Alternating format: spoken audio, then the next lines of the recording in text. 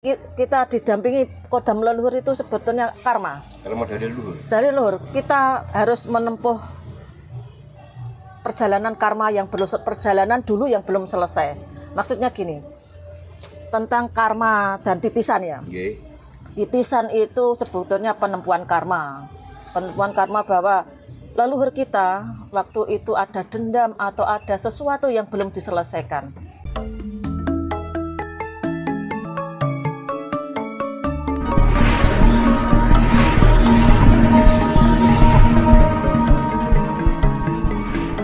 Di dalam pemahaman Jawa itu kan ada istilah sedulur sejati, guru sejati, sedulur papat limo pancer, terus ada lagi istilah kodam. Nah, pemahaman dari keempat itu apa, Bu? Terus bedanya apa? Kalau pertama itu sedulur sejati ya. Sedulur sejati itu sebetulnya sudah kita miliki sejak lahir ya. Sejak lahir itu ada yang keluar bersama kita, lahir bersama kita, yaitu ada air ketuban sama kakang kawah adi ari itu sendiri. Terus itu yang dinamakan sedulur sejati, yang orang dulu biasanya kalau untuk meroi, sebelum kita tahu tentang sedulur sejati, hanya orang-orang awam itu kan wis merui dulure awake dhewe kan, ngoten biasanya ada seperti itu. Jadi sedulur sejati sendiri itu kan yang sudah mengikuti. Terus tadi guru sejati. Nah, guru sejati itu sebetulnya juga dari hati kita yang di sedulur sejati itu kan ada yang di dalam itu kayak ada rasa-rasa di dalam ini, itu juga sebagai untuk mencapai dulur sejati, guru sejati, itu kita harus memurnikan jiwa kita dengan berbagai orang-orang kadang-kadang berbagai makrifat atau bertauhid dan sebagainya. Itu cara menempuh guru sejati. Kadang-kadang guru sejati itu juga memberi kita memberi petunjuk di hati kita. Kadang kita omong-omongan saya pernah gini ya, aku gak pernah ke sana, terus saya membaca kartu tarot ya. Itu langsung di sini bisa membaca dan kata-katanya di sini. Secara otomatis. Jadi kadang ada seperti ada tanda-tanda. Kalau itu juga orangnya tetap harus egonya yang stabil, nggak bisa kalau kita punya ego menemukan jati diri dan guru sejati itu. Jadi paling nggak kita harus punya ego yang stabil, antara hitam dan putih kita harus sudah bisa itu baru ketemu guru sejati itu. Sedangkan kodam kita biasanya kalau kodam itu bukan kita titisan. Nah, titisan itu kadang-kadang orang ya keluar leluhur ya. Leluhur kita punya ilmu. Nah, ilmu itu kadang-kadang kan mau menitis dan itu bisa menjadi kodam leluhur ya. Tapi kalau kodam yang kita ingin, kita puasa tirakat di mana di sana saya ingin itu kan baru kodam yang lain. Nah, kodam itu juga kadang-kadang ada imbalan. Kalau yang dari luar. Maksudnya imbalan apa? Ya nggak tahu. Kita kan kadang-kadang gini ya. Kalau kita mau dapat kodam harimau ya, kan kita secara otomatis itu kalau kodam yang ambil tidak dari kodam leluhur. Kalau kodam leluhur kadang butuh penetralan energinya untuk mencapai ke penyatuan kodam itu. Tapi kalau ingin itu pasti ada perjanjian biasanya. Cumanya perjanjian itu berbagai macam. Seperti kalau kodam-kodam yang prewangan itu kita yang ingin itu, atau kita mau sesaji atau itu kan ada imbalan sesaji atau bakar dupa. Itu yang secara kecil. Tapi kalau kodam leluhur itu butuh penetralan. Kalau kita mau kalau kita nggak mau juga bisa kok dilepas untuk kodam. Nah, begitu. Contohnya kodam leluhur itu kayak apa, Bu? Nah, kodam leluhur itu kan banyak ya. Nggih. Banyak. Kadang-kadang kita ada dari kawan kita turunan dari keraton. Kita diikuti banyak leluhur-leluhur yang mengikuti kita. Kodam leluhur kalau ada yang naga, ular. Nah, kalau di itu ada burung pinik. Itu kita menjadi pinik, nah, burung pinik. Ada harimau macan putih atau hitam dan banyak seperti itu kodam-kodam. Itu biasanya juga efeknya di watak kita atau perilaku kita. Kalau tidak serasi. Kalau tidak serasi. Penjelmaan itu ya. Ya. Jadi kalau kita bisa menyelaraskan itu kadang-kadang muncul sendiri kalau kita egois itu loh. Kalau kita itu biasanya itu yang punya kodam. Dan biasanya ya orang-orang itu yang kodam-kodam pendamping leluhur pokoknya semuanya butuh penyelarasan kalau kita mau stabil. Soalnya kita kadang tidak menjadi diri kita sendiri kalau kita punya kodam. Ciri-cirinya orang yang didampingi kodam leluhur kayak apa? Ya kita kadang-kadang bukan diri kita sendiri. Upama ya, ini saya sendiri ya pengalaman. Saya itu tidak pernah berguru atau apa, tapi kadang-kadang tahu di sana ada. Tahu kan? Bahkan ada di kuburan itu sepeda motoran gitu mati. Kena apa? Loh kan ada feeling. Ternyata di situ ada makam. Oh, saya harus ke situ. Ya, secara otomatis. Mungkin itu kan kalau kita mempelajari, kita bukan diri kita kan gitu. Jadi kita ada pendamping. Banyak kalau pendamping dari leluhur banyak kita memproteksi biasanya. Kalau ada yang mau mengganggu kita sudah terproteksi sendiri. Itu nek kodam leluhur. Jadi kan dikasih tahu nomor pribun atau merasakan. Merasakan. Tetap semuanya kan merasakan. Punya insting yang kuat. Padahal belum pernah ke sana tapi kelihatan seperti pernah ke sana kan. Belum pernah kenal tapi kalau kodamnya tuh kita pernah ketemu. Bahkan aku pernah pengalaman itu waktu di makam 7 itu Mojokerto.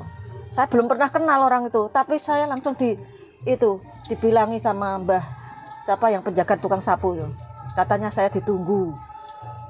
Ditunggu sudah lama kok baru ke sini. Padahal saya belum pernah baru pertama. Banyaklah kalau cerita kok mungkin kita dulu pernah ketemu kan gitu. Ada apa? Apakah kita ketemu? Itu ya seperti itu memang. Kayak film di Javu itu, Bu ya. Iya. Banyak kok cerita-cerita untuk yang kodam leluhur itu. Itu sebetulnya malah karma, Pak. Kita didampingi kodam leluhur itu sebetulnya karma. Kalau mau dari leluhur. Dari leluhur kita harus menempuh perjalanan karma perjalanan dulu yang belum selesai. Maksudnya gini. Tentang karma dan titisan ya. Titisan itu sebetulnya penempuan karma. Penempuan karma bahwa leluhur kita waktu itu ada dendam atau ada sesuatu yang belum diselesaikan. Kita yang ditakdirkan khusus untuk menempuh biasanya banyak dendam antara percintaan biasanya. Banyak orang-orang spiritual yang atau titisan itu percintaannya itu sudah ruwet lah. Dan banyak keanehan lah. Kadang sing tua oleh nom, sing joko oleh rondo oleh tua. Nah itu mungkin itu kita menempuh karma, tapi kita nggak tahu. Nah ini kalau setelah dipelajari ternyata kita memang ya menerima kalau kita itu sebagai titisan bukan untuk gaya-gaya, tapi kita itu hidupnya tentang ekonomi. Biasanya diuji seperti itu kalau penempuan karma dan titisan-titisan itu. Terutama percintaan itu banyak yang saya lihat itu percintaan yang rumit. Itu penempuan karma atau titisan. Orang-orang titisan itu. Apakah semua karma itu buruk? Ya enggak juga. Enggak juga. Kalau karma baik. Karma baik itu biasanya ada ya. Sesuatu yang karma baik itu gini, karma baik itu kalau kita ambil bisa melihat sesuatu atau bisa nambani orang biasanya. Nah itu kita ambil karma baik, soalnya bermanfaat. Tapi kalau karma buruk, kita penemuan karma dengan rumitnya kehidupan kita. Terutama banyak titisan-titisan itu percintaannya buruk. Bahkan kadang-kadang sudah tidak mau. Cantik-cantik. Orang-orang titisan itu cantik-cantik dan ganteng-ganteng, tapi untuk percintaannya nggak mau nikah, percintaannya rumit. Nah, itu bisa ditempuh dengan kita ketemu diri kita sendiri. Untuk maksudnya gimana, Bu? Iya. Nah, itu kan kita bisa mencari kalau berbagai hal ya, dari berbagai kawaruh atau berbagai kepercayaan. Kalau di Bali kita melukat. Kalau kita di sini membersihkan dengan pembersihan tentang semua pembersihan jiwa, atau kita kadang-kadang bisa menganut karma, menganut lelaku itu, tapi kadang kita juga, nah kalau menerima apa yang terjadi, insya Allah cepat kok penemuan karma itu. Kalau di bidang ilmu, kan di sedulur sejati ya, kalau kita bicara di sedulur sejati itu ada tahapan-tahapan itu untuk kunci-kunci itu bisa kunci pertama itu untuk pembersihan diri. Nah itu kan biasanya dari karma-karma itu keluar dari, tapi ya begitu. Kita juga harus menerima keadaan mengosongkan diri itu. Mengosongkan tentang biasanya aku ki roh kono dilindungi gini. Nah itu kita lepaskan semua. Tapi kadang-kadang juga tidak semudah itu untuk penitisan. Intinya kita harus menerima saja. Karena kalau kita menerima mungkin hati kita lebih tenang, enjoy. Nah itu kita bisa menetralkan energi yang tidak sama dengan diri kita. Sampai berapa lama orang itu menjalani karma lembur? Sampai bagaimana kita bisa melepas kemeklatan semuanya. Makanya kita kembali ke jiwa-jiwa yang suci itu, seperti orang-orang muksa, katanya orang-orang yang muksa itu tidak mati, jasadnya hilang, bukan, tapi sudah muksa, sudah jati dirinya sudah hilang, itu tidak menitis biasanya. Sudah sempurna. Iya, sudah menuju kesampurnan yang sejati itulah. Nah, tapi kalau kita masih seneng ya Mas ya, kadang-kadang dititisi itu seneng, aku loh titisannya seperti ini karena bisa gini seperti itu. Sebetulnya itu tidak, itu sebetulnya dia bukan dirinya sendiri. Jadilah diri sendiri itu untuk pelepasan karma itu. Jadi diri kita sendiri, tidak hanya tahu kesana ya. Mungkin dengan banyak pernah aku didatangi seseorang berdharmalah, jadi berbuat baik itu bisa menempuh karma kita, melepas karma. Memutus karma gitu. Iya. Berarti tentang pendarmaan, berdharmalah. Intinya kita tanpa harus mencari guru pembimbing, kita bisa berdharma sendiri. Iya, bisa. Soalnya itu, tapi kita dengan kesadaran loh Mas. Kalau tanpa kesadaran kita itu titisan, ya tidak bisa, kita tetap hidupnya itu tidak tenang. Hanya keakuannya yang itu, keakuannya yang yang kuat. Jadi butuh kesadaran bahwa aku kok ngene ya, kok tidak seperti orang-orang, kena apa? Bukan bangga, aku dikai kelebihan gini. Bukan. Karena kadang-kadang kita ada suatu saat kita tidak diri kita sendiri. Itu ya banyak teman-teman spiritual yang ngomong-ngomong. Padahal cantik-cantik loh Mas, teman-teman saya itu yang spiritual. Tapi ya begitu, banyak yang sendiri, banyak yang ingin sendiri. Intinya kita harus menjadi diri kita sendiri, bukan orang lain, dan sadar. Harus ada kesadaran tentang itu, harus ada kesadaran.